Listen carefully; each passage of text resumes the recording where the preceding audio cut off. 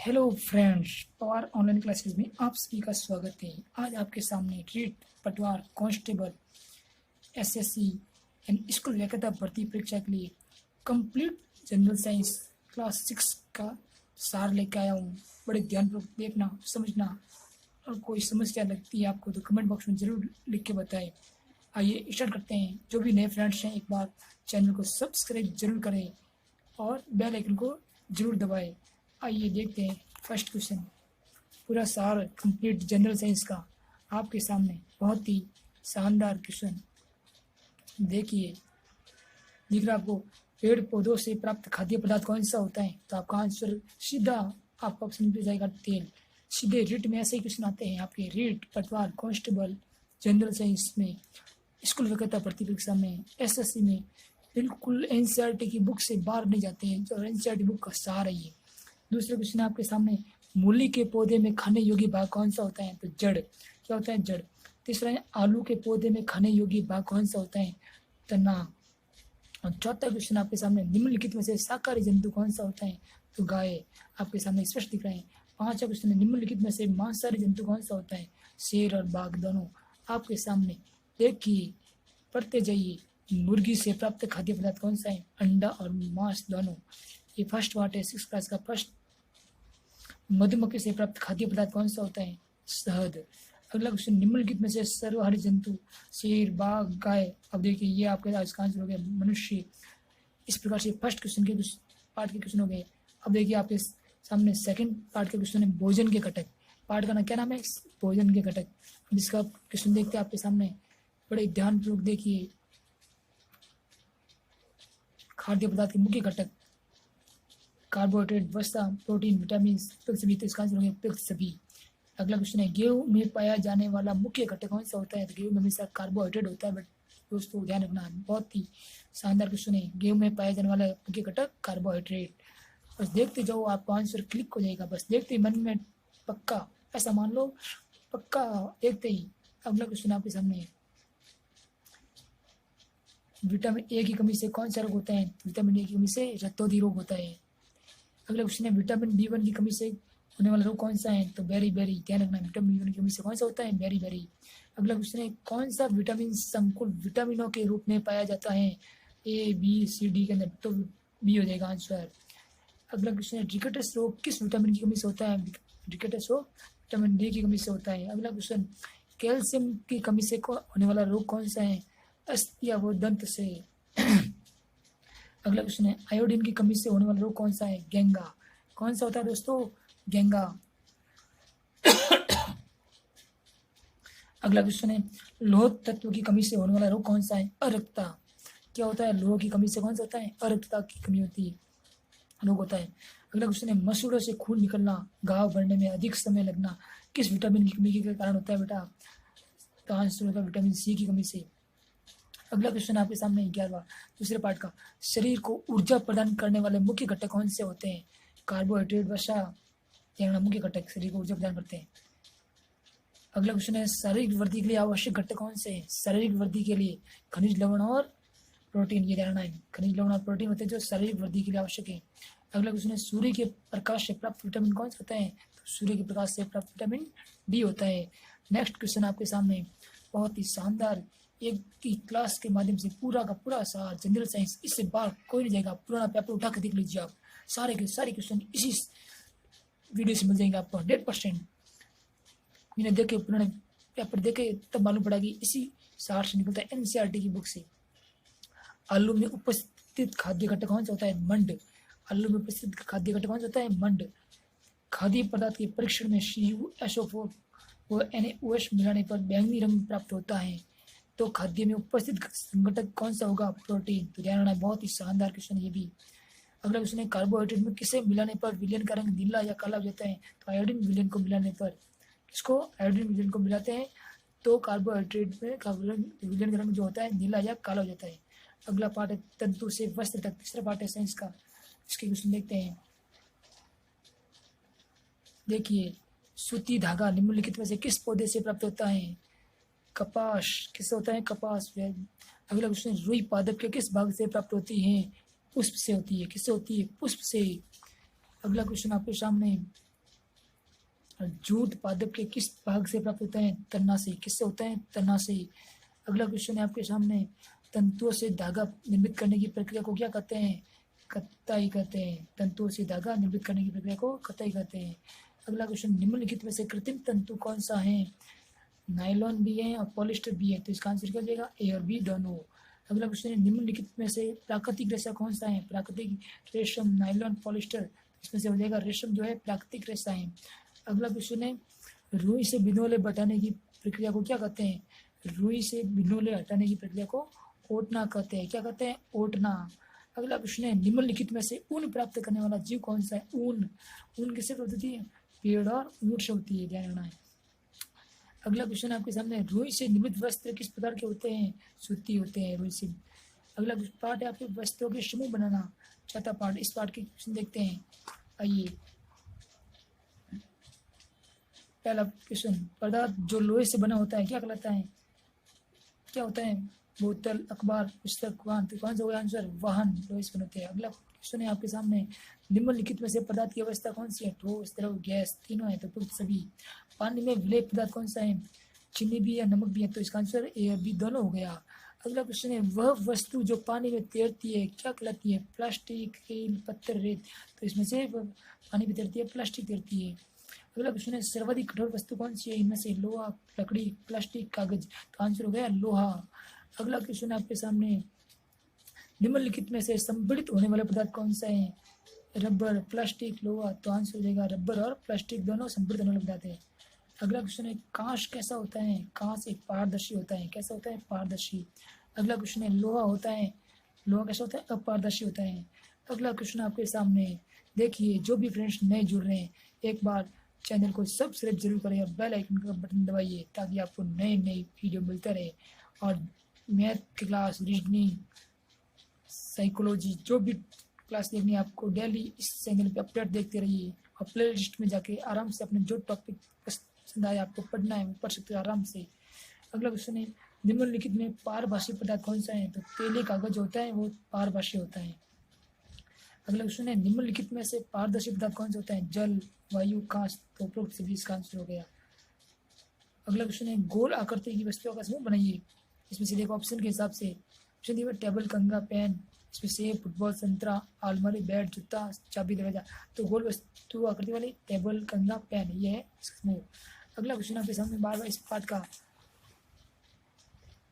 निम्नलिखित में से खाद्य पदार्थ कौन सा है? संतरा, अलमारी, फुटबॉल, घड़ा। बिल्कुल ध्यान है, संतरा।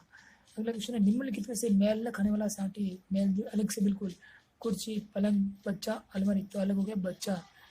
अगला क्वेश्चन है, निम्नलिखित में से मेल न खाने वाला साथी, ये भी अलग कौन सा है? जैसे नमक, रेत, चीनी, कॉपर, सिल्वर। तो आंसर हो गया रेत। अगला पार्ट एक पदार्थों का पृथक्करण। इस पार्ट के क्वेश्चन देखते हैं, ये बहुत ही महत्वपूर्ण क्लास चल रही है आपके सामने, देखिए।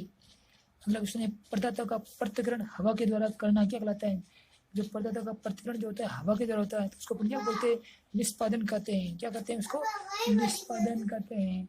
अगला क्वेश्चन है आपके, जल वाष्प का पुनः जल में परिवर्तित होना क्या कहलाता है? संघनन कहलाता है। जल वाष्प का पुनः जल में परिवर्तित होना संघनन कहलाता है। अगला क्वेश्चन आपके सामने, अनाज के दानों को डंडियों व फलियों में से पृथक करने की प्रक्रिया को क्या कहते हैं? थ्रेशिंग कहते हैं। क्या कहते हैं? थ्रेशिंग। अगला क्वेश्चन है, समुद्री जल से नमक पृथक करना क्या कहलाता है? वाष्पन। समुद्र से जो नमक को अलग करते हैं समुद्री जल से, तो उसको क्या कहलाता है? वाष्पन कहलाता है। अगला क्वेश्चन है, दूध व जल के मिश्रण को पृथक किया जा सकता है किससे? दूध व जल के मिश्रण जो उसको अलग करते हैं तो वाष्पन की क्रिया द्वारा अलग कर सकते हैं अपन। बहुत ही शानदार क्वेश्चन है। अगला पार्ट है पे हमारे चारों ओर के परिवर्तन। इस पार्ट के क्वेश्चन देखते हैं, आइए देखिए। गुब्बारा का फूलना एक कैसा परिवर्तन है? तो गुब्बारा का फूलना उत्क्रमित परिवर्तन है। कैसा है? उत्क्रमित परिवर्तन। अगला क्वेश्चन आपके सामने है, कागज के टुकड़ों को हवाई जहाज बनाना एक परिवर्तन कैसा है? कागज के टुकड़े का हवाई जहाज बनाने अपन तो कैसा परिवर्तन होगा? अनुत्क्रमित परिवर्तन होगा। कैसा होगा? अनुत्क्रमित परिवर्तन। अगला क्वेश्चन है, अनाज से बनाया गया आटा परिवर्तन कैसा? आटा परिवर्तन कैसा है? अनुत्क्रमित परिवर्तन है। अनाज से बनाया गया आटा परिवर्तन अनुत्क्रमित परिवर्तन है। अगला क्वेश्चन आपके सामने चौथा इस पाठ का, ठंडे दूध से गर्म दूध परिवर्तन कैसा है? ठंडे दूध से गर्म दूध परिवर्तन कैसा है? उत्क्रमित। अगला क्वेश्चन है, कली से फूल परिवर्तन कैसा है? अनुत्क्रमित। अगला क्वेश्चन है, गाय के गोबर से बायोगैस परिवर्तन है, कैसा है? अनुत्क्रमित। अगला इस पार्ट का आखिरी क्वेश्चन है, जमी हुई आइसक्रीम से पिघली हुई आइसक्रीम कैसी होती है? जमी हुई आइसक्रीम से पिघली हुई आइसक्रीम उत्क्रमित होती है। क्या होती है? उत्क्रमित होती है। क्या होती है? उत्क्रमित। अब अपन देखते हैं अगला पार्ट, पौधे को जानिए। इस पार्ट के ऑब्जेक्टिव क्वेश्चन देखते हैं। इन क्वेश्चन में से आपके एग्जाम में क्वेश्चन आते हैं, आप पुराने पेपर देख लेना, आप एक बार 100% उनमें से आएंगे। देखिए आपके सामने फर्स्ट क्वेश्चन है, पौधों द्वारा प्रकाश संश्लेषण प्रयुक्त गैस हैं, कौन सी है? तो CO2। प्रकाश संश्लेषण गैस कौन सी है? CO2। अगला क्वेश्चन है, निम्नलिखित में से पौधे का भाग कौन सा है? जड़ भी होता है, तना भी होती है, पत्ती भी होती है, तो उपयुक्त सभी इसका आंसर हो गया। अगला क्वेश्चन है, पौधे का वह भाग जिसमें प्रकाश संश्लेषण की क्रिया होती है, किसमें होती है प्रकाश संश्लेषण की क्रिया? पत्ती में होती है, ध्यान रखना है। अगला क्वेश्चन आपके सामने, पेड़ का वह भाग जिसके द्वारा जल व खनिज लवण का अवशोषण होता है, किसमें होता है? जड़ में होता है। किससे होता है? जड़ से ही। अगला क्वेश्चन, पौधे के जड़ों का वह प्रकार जिसमें एक मुख्य जड़ हो तथा मुख्य जड़ से अनेक पार्श्व जड़ निकलती हो, तो कौन सी होती है वो प्रकार? मूसला जड़ का प्रकार होती है, मूसला जड़ का। अगला क्वेश्चन है, सरसों की जड़ उदाहरण कैसी है? जकड़ा हुआ जड़ है। कैसी है? जकड़ा हुआ जड़। अगला क्वेश्चन है, मक्का की जड़ का उदाहरण कौन सा है? मक्का की जड़ उदाहरण कैसा है? रेशेदार जड़ का। अगला क्वेश्चन है, पत्तियों द्वारा प्रकाश संश्लेषण या प्रयुक्त अवयव कौन सा है? H2O भी होता है, CO2 भी होता है, प्रकाश भी होता है, यानी जल भी होता है, कार्बन डाइऑक्साइड भी होती है, प्रकाश भी होता है, तो उपयुक्त सभी। पौधों में जनन का भाग कौन सा है? जड़, पत्ती, तना और पुष्प में से, तो आंसर हो गया पुष्प। कौन सा हो गया? पुष्प। पौधे के जनन अंग कौन से हैं? पौधे के जनन अंग पुंकेसर व स्त्री केसर। अगला क्वेश्चन आपके सामने, पुष्प का वह भाग जहाँ परागण प्रारंभ होता है वर्तिकाग्र कहलाता है। क्या कहलाता है? वर्तिकाग्र कहलाता है। अगला क्वेश्चन आपके सामने, अंडाशय के अंदर पाई जाने वाली छोटी छोटी गोल संरचना क्या कहलाती है? बीजांड कहलाती है। क्या कहलाती है? अंडाशय के अंदर पाई जाने वाली छोटी छोटी गोल संरचना बीजांड कहलाती है।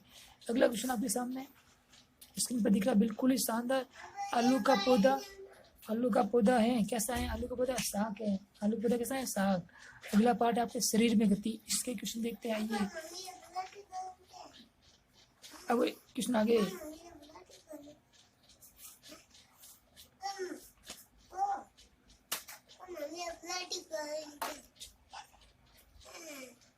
अगला क्वेश्चन आपके सामने, मनुष्य में गति करने वाले अंग कौन से हैं? पैर, हाथ, गर्दन, उपयुक्त सभी। इसका आंसर हो जाएगा उपयुक्त सभी।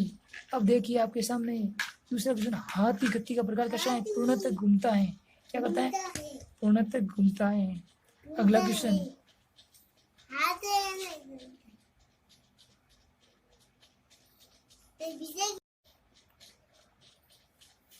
अगला क्वेश्चन देखिए आपके सामने, मनुष्य में गति करने वाले अंग कौन से हैं?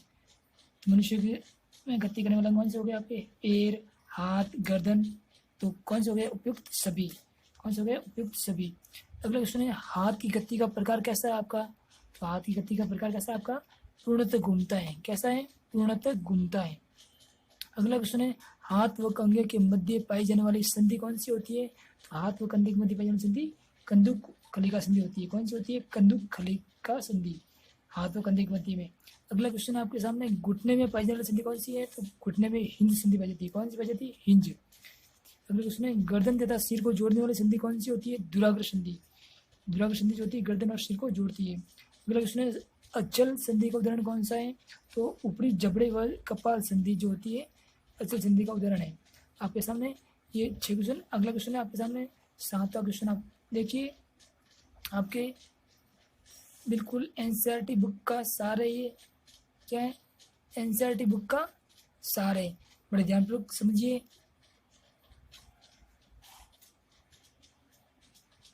देखिए अगला क्वेश्चन क्या है, मानव शरीर में हड्डियों की कुल संख्या कितनी होती है? तो मानव शरीर में हड्डियों की कुल संख्या 206 होती है। अगला क्वेश्चन है, फेफड़ों के चारों तरफ पाई जाने वाली हड्डियों का जाल क्या कहलाता है? पचली पिंजर कहलाता है। क्या कहलाता है? पचली पिंजर। अगला क्वेश्चन है, अस्थि से कम मजबूत जिसे मोड़ा जा सकता है क्या कहलाती है? उपास्थि कहलाती है। अस्थि से कम जो मजबूत होती है जिसको मोड़ा जा सकता है उसको अपन उपास्थि कहते हैं। क्या कहते हैं? उपास्थि। अगला क्वेश्चन है, हड्डियों के चारों तरफ पाई जाने वाले मजबूत संरचनाएं जो गति में सहायक होती है वो संकुचित व फैल सकती है। क्या कहलाती है? पेशी कहलाती है। क्या कहलाती है? पेशी। अगला क्वेश्चन है, पक्षों की गति कैसी होती है? पक्षों की गति अग्रपात द्वारा होती है। किसके द्वारा होती है पक्षों की गति? अग्रपात द्वारा। अगला पार्ट है नम्मा सजीव है उनका परिवेश।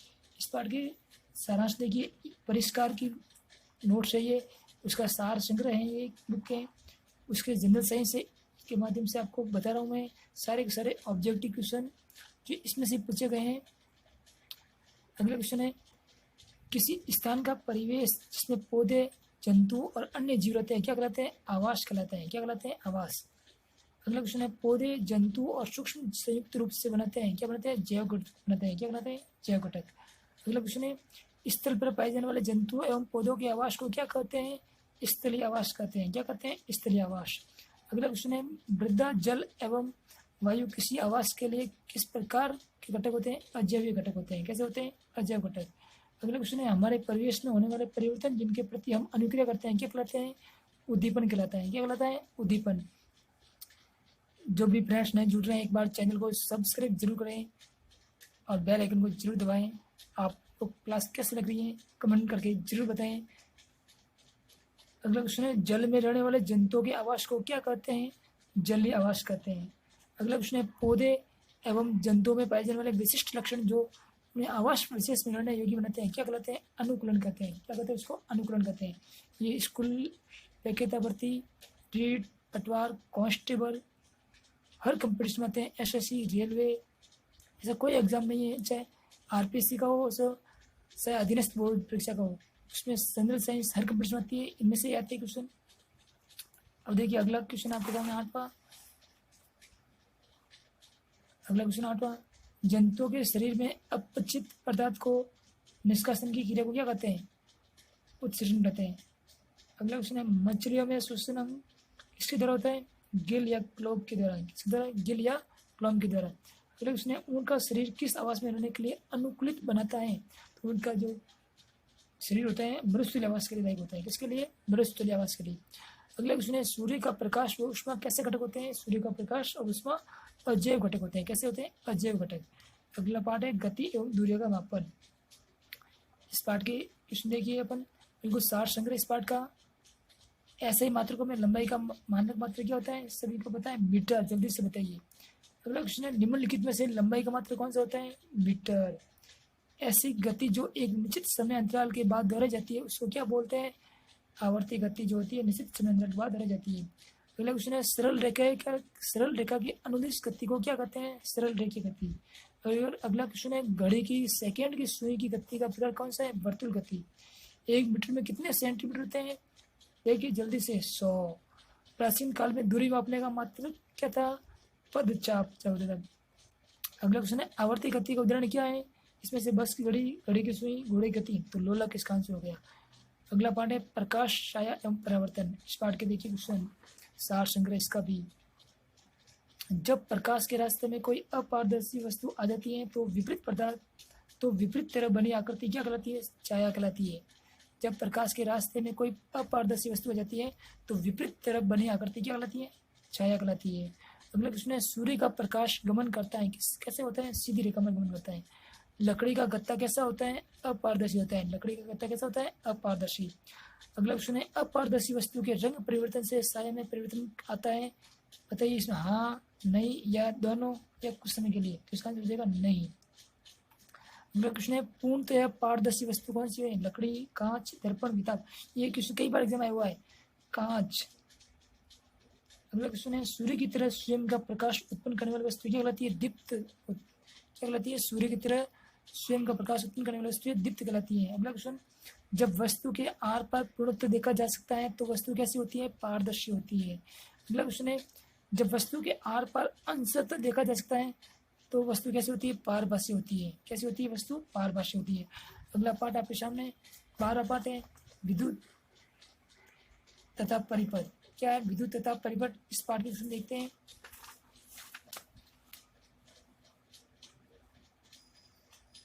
विद्युत का एक स्रोत है इसमें से विद्युत चैल, बल्ब, टॉर्च, पंखा। तो इसका आंसर हो जाएगा विद्युत चैल।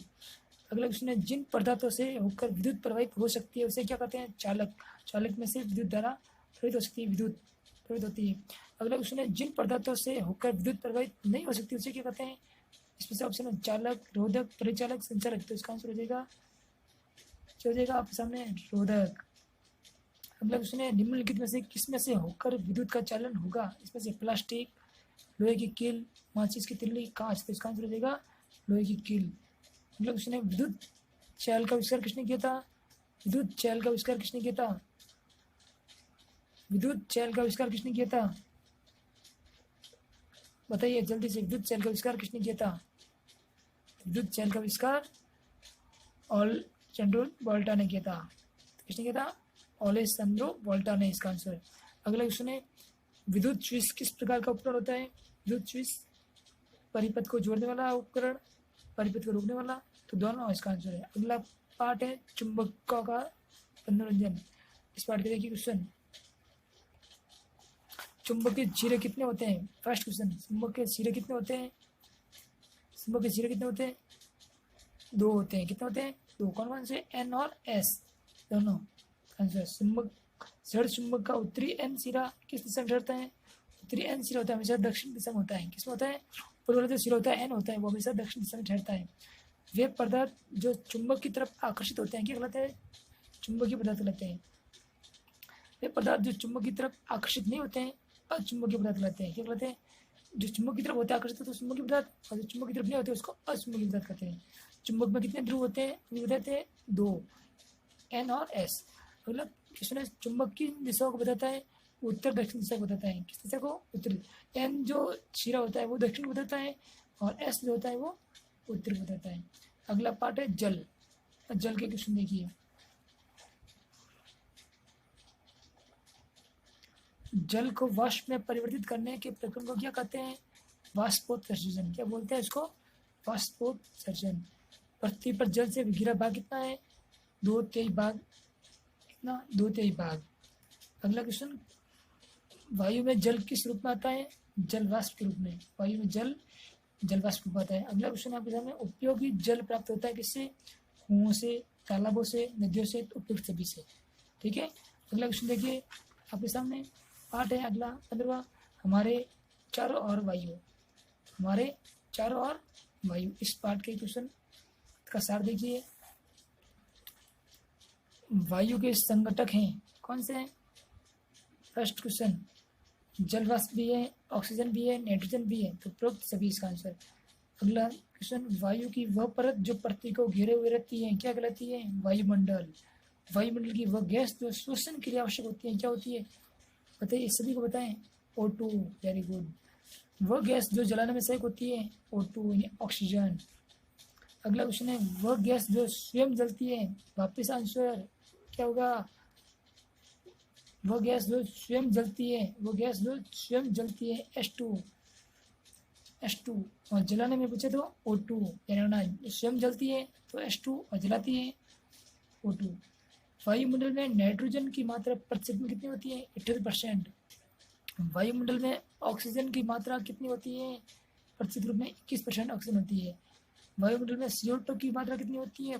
0.03%। ध्यान रखना है, बहुत ही इंपॉर्टेंट क्वेश्चन है। 0.03%। अगला क्वेश्चन है, अम्ल प्रदूषण का कारण है क्या होता है? वायु प्रदूषण जो है अम्ल प्रदूषण का कारण है। अगला क्वेश्चन है, बहती हुई वायु को क्या कहते हैं? पवन। बहती हुई वायु को क्या कहते हैं? पवन। अगला क्वेश्चन आपके सामने, वायुमंडल में सबसे अधिक मात्रा में पाई जाने वाली गैस कौन सी है? अभी बताया था, नाइट्रोजन, जिसको N2 बोलते हैं। अगला क्वेश्चन आपके सामने, वायुमंडल में नीचे से ऊपर जाने पर गैसों का घनत्व कैसा होता है? वायुमंडल में नीचे से ऊपर जाने पर गैसों का घनत्व हमेशा घटता है। ये ध्यान रखना है। नीचे से ऊपर जा रहे हैं तो घनत्व क्या होगा? घटेगा। तो ऊपर से नीचे आ रहे हैं तो घनत्व क्या होगा? बढ़ेगा। इस प्रकार क्वेश्चन। अगला क्वेश्चन आपके सामने पार्ट है कचरा संग्रहण एवं निपटान। इस पार्ट क्वेश्चन लास्ट पार्ट है ये आपका साइंस का 6th क्लास की बुक्स का NCERT बुक्स। अब देखिए इसका फर्स्ट क्वेश्चन, निम्नलिखित में से कौन पुनः चक्रण में काम आ सकता है? निम्नलिखित में से कौन पुनः चक्रण में काम आ सकता है? तो आंसर क्या होगा? कागज, घास, गोबर। तो उपरोक्त सभी। अगला क्वेश्चन आपके, पदार्थों के विलगित एवं खाद में बदलने की प्रक्रिया को क्या कहते हैं? कंपोस्टिंग। इंपॉर्टेंट क्वेश्चन है ये भी। निम्नलिखित में से अजैविक कचरा कौन सा है? पॉलीथीन, कागज, घास। तो आंसर हो जाएगा पॉलीथीन। अगला चौथा क्वेश्चन है आपके सामने, वर्मी कंपोस्ट खाद किसके द्वारा तैयार की जाती है? केंचुआ के द्वारा। वर्मी कंपोस्ट नाम आते ही आपको केंचुआ। कौन सा पुनर्चक्रण में प्रयोग नहीं आ सकता? पॉलीथीन पुनर्चक्रण में काम नहीं आता है। अगला क्वेश्चन है, कचरे का सुव्यवस्थित तरीके से छंटाई व अलग उपयोग के हिसाब से काम में लेना क्या कहलाता है? निस्तारण कहलाता है। ये आपके सामने 6th क्लास साइंस कंप्लीट साल इससे बाहर क्वेश्चन एक भी नहीं जाता है। आप पुराने पेपर उठा कर देना, टेट का हो, चाहे सीटेट का हो, चाहे किसी भी कंपटीशन का हो, चाहे अधीनस्थ बोर्ड का हो, पटवार का हो, कांस्टेबल का हो, और स्कूल वैकेटा भर्ती के लिए तो बहुत ही इंपॉर्टेंट है, रिट के लिए भी बहुत ही इंपॉर्टेंट है। अब इसका सेकंड पार्ट 6th क्लास की साइंस आती है, क्या आती है? क्लास 7। क्या आती है? क्लास 7। अगले पार्ट में बताई जाएगी विज्ञान क्लास 7 के पूरा सार संग्रह। अब आपको क्लास कैसे लगी? इस क्लास को लाइक करें, कमेंट करके बताएं, और चैनल को सब्सक्राइब करें जिन्होंने अभी तक नहीं किया है, और बेल आइकन का बटन जरूर दबाएं ताकि आपको नोटिफिकेशन मिलता रहे। डेली रीजनिंग की क्लास होती है, मैथ की होती है, शॉर्ट ट्रिक्स होती है, साइंस होती है, रीजनिंग, साइकोलॉजी, हर टॉपिक आपको निःशुल्क उपलब्ध करवाए जा रहे हैं और ऑनलाइन क्लासेस में माध्यम से, क्योंकि विद्यादान महादान, सबसे बड़ा दान विद्यादान। किसी के काम आ जाए, एक शेयर कीजिए जरूर, क्योंकि आपका एक शेयर किसी स्टूडेंट के पास पहुंचता है तो बहुत ही वो जिंदगी में याद करेगा आपको। ओके, बाय, नेक्स्ट क्लास में मिलते हैं।